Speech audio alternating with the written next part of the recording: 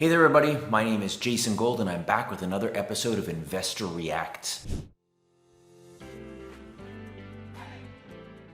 Today we're talking about Nvidia and why the stock went absolutely bananas and why it is or is not a good model for other companies going forward.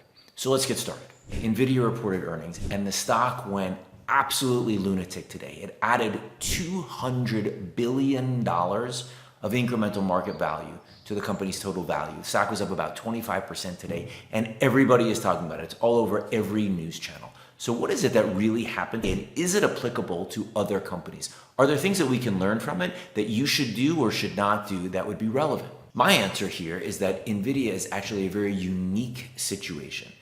Yes, they come around every once in a while, but there's only a few things to learn from it. The thing that I would really point to here is that stories that have a completely unbridled opportunity are the ones whose stocks go truly parabolic and have multiples that are truly insane. And that's because nobody knows how to value them.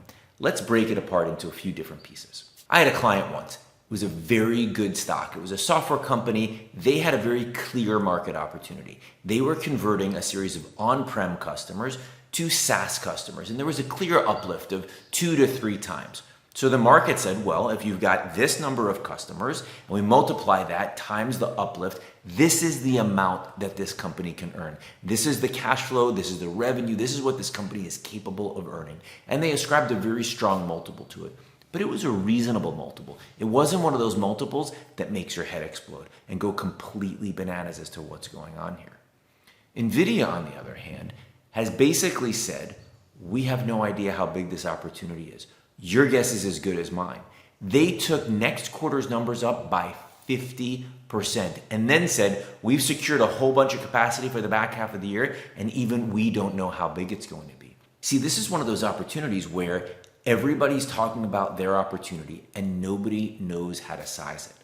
When that happens, no one knows what the real value of earnings could be. It's not like the example that I gave you before where there's X number of people times Y kind of uplift equals Z total market.